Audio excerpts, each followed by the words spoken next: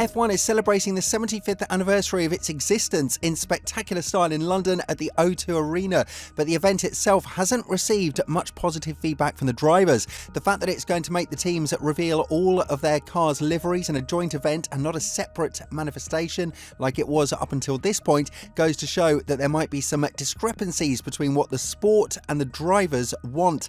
But will this event live up to its hype? And more importantly, why did it meet such a negative influence from the drivers and the F1 fans? The 2025 F1 season is one of the most hyped up campaigns that the sport has seen, and everything starts with the live televised event that will take place on Tuesday. It would be the first opportunity for the fans to see all of the 10 liveries at the same time, and to make things interesting, it would also be the first official appearance of drivers in their new homes, with Hamilton and Ferrari being the most anticipated one.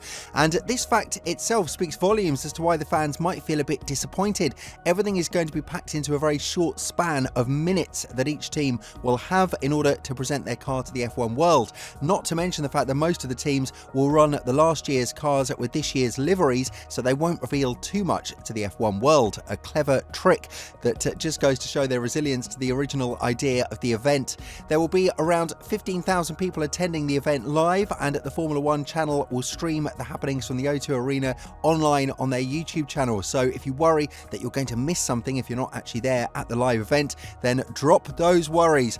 There are some teams that have played a checkmate to the F1's official event, like Williams, Haas and McLaren, who went on to reveal their cars in the shakedown in Silverstone. However, their liveries weren't the ones that will be used throughout the 2025 season. And as you would normally expect, drivers like Norris and Verstappen are the ones who already have backup plans, as they are less keen than others to participate in the event. When talking about it, Norris went on to say, "If I get told to be there, I guess I'll be there, you know."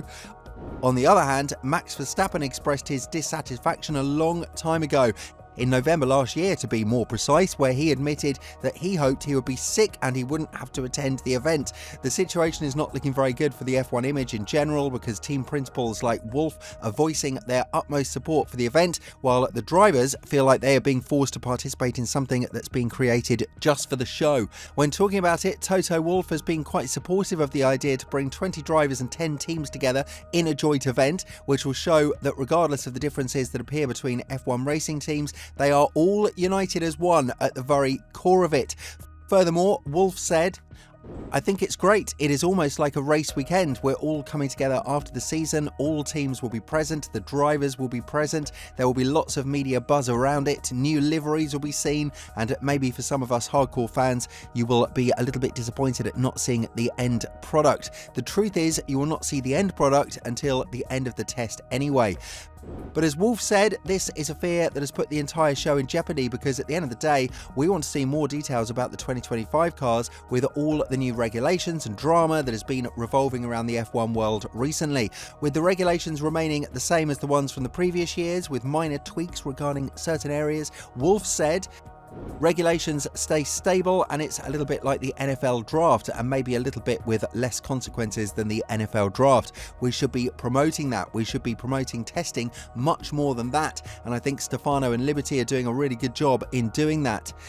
The situation is not looking very plausible for the drivers though, because their teams will have 7 minutes to showcase the new look in the O2, and apart from that, there won't be much F1 stuff going on. It's going to be packed with celebrities and with popular performers, but while some of the fans believe that it's not the exact appeal that needs to be added to Formula One's reputation, there are others who have the exact opposite opinion. Formula One's high-profile members elaborate the F1 75 as an event celebrating the drama and spectacle of Formula One, and in addition to the press release, we can expect many great sports talents and celebrities to travel to London precisely for this purpose. The schedule has been made with performers like Machine Gun Kelly and Kane Brown set to take to the stage, but the most important part is that the official title song of the sport will be represented by Brian Tyler, who will perform as his alter ego, Are We Dreaming? Dominic Halley has had a lot of positive thoughts when it comes to the event itself, and when talking about it to a greater extent, he added, For the first time, we will bring together our fans, all 20 superstars of our sport, and some very special guests to officially kick off our new season and mark our 75th year of racing. With 2025 set to be a classic season following all the dramas so far in 2024, this is a fantastic opportunity for fans of all ages to experience up close the incredible entertainment spectacle that is Formula One.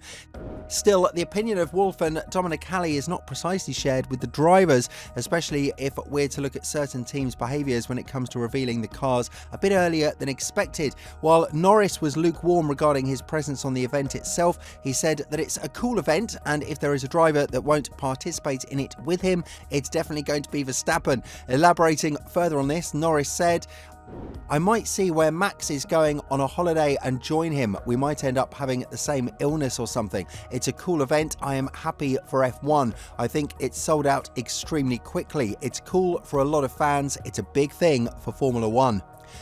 But still, the situation is not very appealing to the F1 drivers, and Norris himself stated that he doesn't like to participate in these types of ceremonies, even though he appreciates the effort that's being put into organising them, as well as the meaning they have for the sport in general. When addressing his true feelings about the event, Norris said, "I don't know the layout of events, but I'd rather be at home relaxing and preparing for the season. That is my side. I don't like these types of things. I'm not a public person. I like to relax and do my things, but it is also our job, so at the end of the day, we can't complain." He couldn't have put it better, even if he wanted to. Norris's stance is exactly what's wrong with the event itself, because while the drivers are required to participate in the event, it's not necessarily what they want to be doing in the first place. Of course, it's not up to them to decide about certain things in the sport, because at the end of the day, they are here to race and to participate in everything that Formula One organises as part of the greater picture of the sport.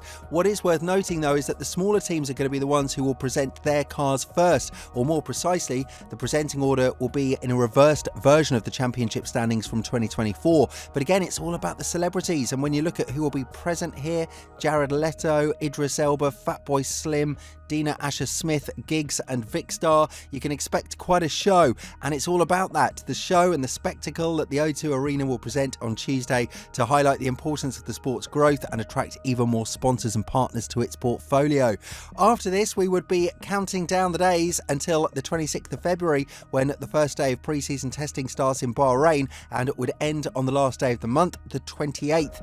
Then on the 16th of March, we are headed into the first race of the season in Australia, and here there will be no sandbagging or hiding performances whatsoever. Whoever did the best job will be seen on the track and not behind closed curtains. With all this in mind, what do you think about the F1 75 event, and do you think that it's a bit forced on the drivers to participate in it when they would rather be doing their own thing?